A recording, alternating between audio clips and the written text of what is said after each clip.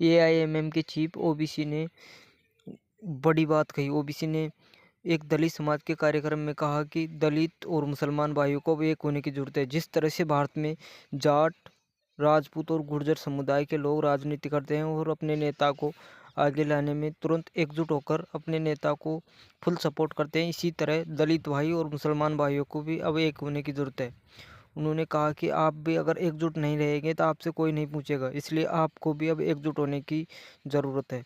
OBC ने गुर्जर समाज और जाट और राजपूत समाज को लेकर ये बड़ी बात कही है। उन्होंने क्या कुछ कहा, हम आपको सुनाते हैं। जब तक कमजोर नहीं मिलेंगे उस वक्त तक जुल्म खत्म नहीं होता है।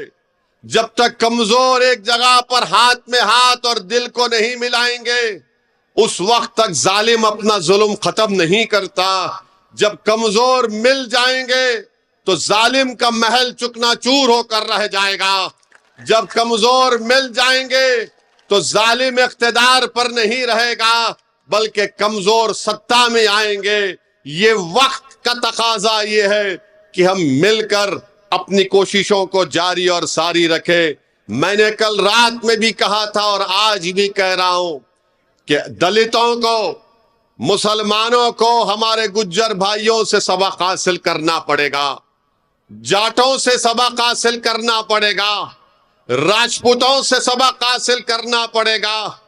जब राजपूत अपनी नेता को बनाते हैं, कोई उनका नेता भाजपा में होता है, कोई कांग्रेस में होता है, तो किसी को तकलीफ नहीं होती है। जब जाटों का नेता कांग्रेस में होता है और बीजेपी में होता है तो किसी को तकलीफ नहीं होती है।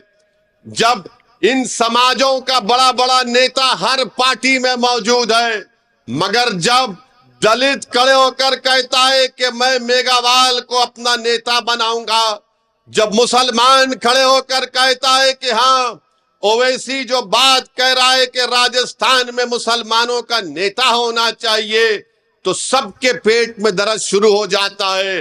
अरे जब गुज्जर का नेता हो सकता है, राजपूत का नेता हो सकता है, जाट का नेता हो सकता है, अरे हर बरादरी का नेता हो सकता है, तो क्यों नहीं राजस्थान के दलित और मुसलमान अपना नेता बनाते हैं? बनाओ अपने नेता को। क्या आप अपने नेता को बनाएंगे?